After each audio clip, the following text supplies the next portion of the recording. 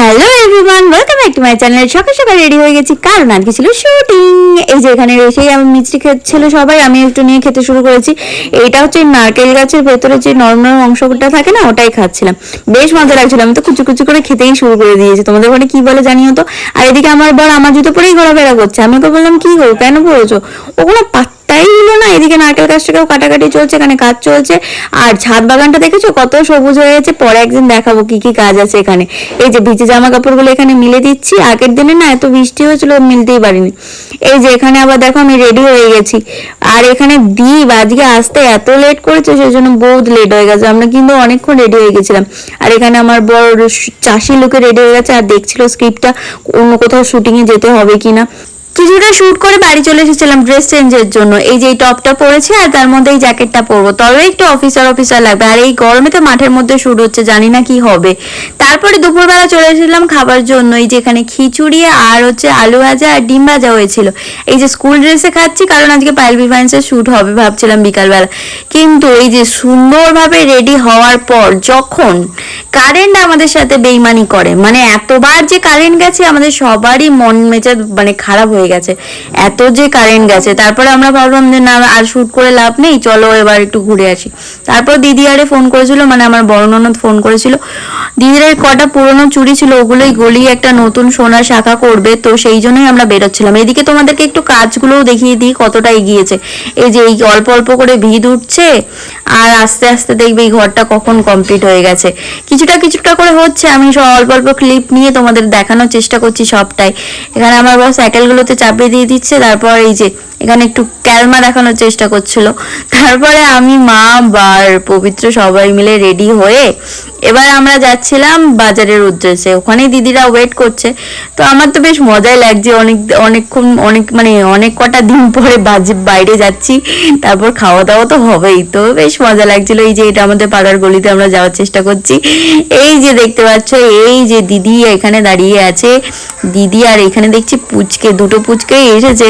আর যাইবো মুখটা আমি কেন জানি না এরকম হয়েছিল, খরচা হয়ে যাবে বলে মনে হচ্ছে। এই দেখো পুচকেটা এখানে চলে এসেছে, আমি ওর গালগুলো টিপছে তবু কিছু বলছে না। এই যে এই সোনা দোকানটাতে প্রথমে এসেছিলাম এখানেই, কারণ ওই চুড়িগুলো তৈরি হয়েছিল, তো এখানে হবে না বললো, তার জন্য আমি ওকে বললাম চলো খিদে পাচ্ছে।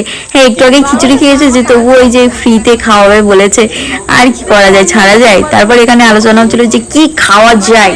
ও বলছে যে চাউমিন নিয়ে নিচ্ছে, সবাই মিলে মিলেমিশে খেয়ে নেবে। আমাদের আবার অন্যরকম ডিমান্ড ছিল, তো শেষমেশ সবাই মিলে প্ল্যান করে ঠিক হলো যে চাউমিনই খাওয়া হবে। ও একটু বলছিল যে অন্য কিছু খাবে, কিন্তু ওকে ওর বাবা যা বকেছে। তারপর এ আবার এখানে দেখছে, বলছে আমাকে কি এরা খেতে দেবে না, আমি কি খাবো। ওর ভাইকে আবার জিজ্ঞেস করছে যে কি রে দাদা কি খাবি রে, বল না রে বল না রে। ও দাদা বলছে চাউমিন খাবি। ও আবার মাথা নাড়ছে, মানে ও বলছে দাও দাও দাও, ওই যে আঙুল দিয়ে করছে, বুঝতে পারছো।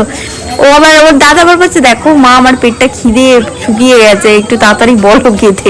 মানে সবাই মিলে এত এক্সাইটেড হয়ে গেছি আমরা, আসলে সেরকম একটা বাইরে বেরোনো হয় না, তো তো এরকমই হয়। আর দিদিও বলছে যে কি খাওয়া যায় কি খাওয়া যায়। এখানে আরো গল্প চলছিল, আমি তো এখানে পেপসি কোকোকোলা সামনে পেছনে বসে পড়েছি, বেশ মজা লাগছিল যেন নিজেই মনে হচ্ছে আমি কোকোকোলার অ্যাড দিচ্ছি। তারপর এখানে বসছি, ওকে আবার একটু ডিস্টার্ব করার চেষ্টা করছিলাম। ওর খালি মুখের অবস্থাটা দেখো, খালি দেখো কি, মানে ওর এত রেগে যাচ্ছিল। আর ওকে রাগানোর জন্য আমার এত ভালো লাগছিল, ওকে রাগাতে বেশ মজা লাগছিল। দেখো তখন মুখটা কিরকম করছে, মানে মানে এত ডিস্টার্ব ফিল করছে ও খালি এরকম মানে ও কি করবো বুঝতে পারছে না, ও খিদেও পাচ্ছে। তারপর আমি যে ওকে রাগাচ্ছি তো সেটার জন্য রেগেও যাচ্ছে।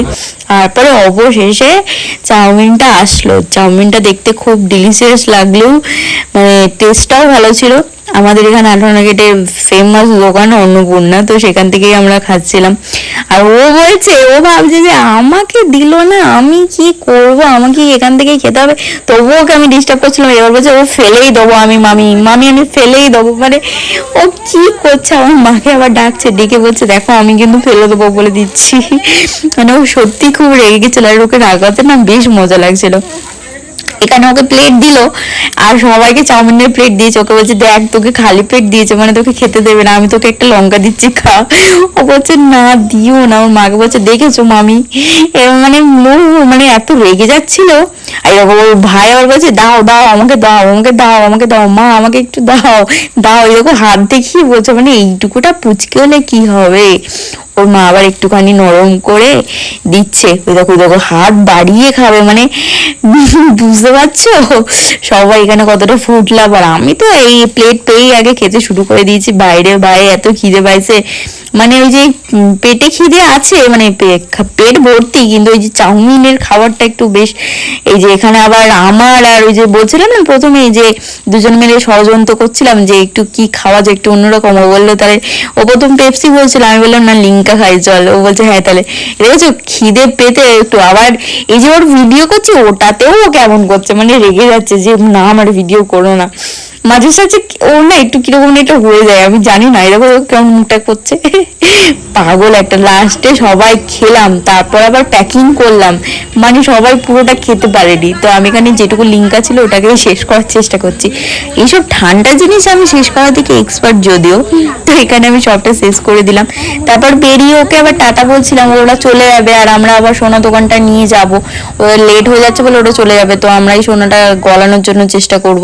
ওখানে চুমু দিলে আমার কি ভালো লাগছিল। এই যে এখানে দেখছো একটা শেষমেশ দোকানে আসলাম, এখানে হয়ে যাবে বলে এই যে ব্রোঞ্জ, মানে সোনার ব্রোঞ্জের ওপর সোনার কাজ করা ছিল, ওই সোনাটাকেই গলানোর চেষ্টা করা হচ্ছিল এখানে, মানে ব্রোঞ্জটাকে গলানোর চেষ্টা করছিল, সোনাটাকে সলিড বের করানোর চেষ্টা করছিল। তো এখানে ওই যে ব্রোঞ্জটা উড়ে উড়ে চলে যাচ্ছে এরকমই তো বললো।